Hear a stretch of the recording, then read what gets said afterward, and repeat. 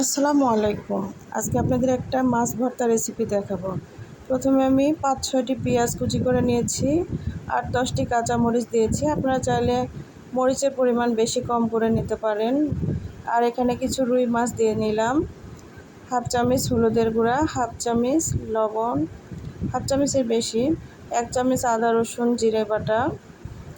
আদা রসুন জিরে বাটাটা কিন্তু এর চাইতে বেশি দেওয়া যাবে না, মাছের পরিমাণ বেশি হলেও সামান্য একটু বেশি দিবেন। এবার আমি একটু করে ঢেকে দিব আর একটু করে জাল করে নিব, আর কিছুক্ষণ পর পর নেড়ে দিতে হবে। এই মাছ ভর্তাটা ১৫ থেকে ২০ মিনিট সময় লাগবে। লো টু মিডিয়াম আছে রেখে ভর্তাটা তৈরি করে নিতে হবে। এ পর্যায়ে আমি দেখুন মাছগুলো এভাবে ভেঙে নিতেছি, এরপর আবার নেড়ে নিতে হবে।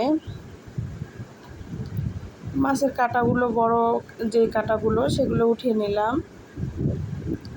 কাঁটা থাকলেও সমস্যা নেই, কারণ এটা এত সুন্দরভাবে ভাজা হয়ে যায় যে কাঁটাগুলো আর পরে ওইভাবে সমস্যা তৈরি করে না। কাঁটাগুলো ভেজে একদম ভর্তার মতো হয়ে যায়।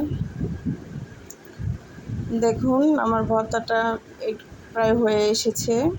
একটু পোড়া পোড়া করে ভর্তাটা তৈরি করতে হবে, তাহলে আসল ভর্তার টেস্টটা পাবেন। এই যে একদম রেডি। আমার সঙ্গে এতক্ষণ থাকার জন্য অসংখ্য ধন্যবাদ। আমার নতুন চ্যানেল, আপনারা যারা আমার চ্যানেলটি সাবস্ক্রাইব করেনি প্লিজ সাবস্ক্রাইব করবেন। এবার আমি একটা লেবু কেটে নিয়েছিলাম, একটু রস দিয়ে নিলাম। মাছে যে একটা আষ্টে গন্ধ থাকে সেটা আর থাকবে না, সুন্দর একটা ফ্লেভার আসবে। প্লিজ আমার ভিডিওটি ভালো লাগলে লাইক দেবেন এবং অন্যদের দেখার সুযোগ করে দেবেন। সবাইকে ধন্যবাদ। আসসালামু আলাইকুম।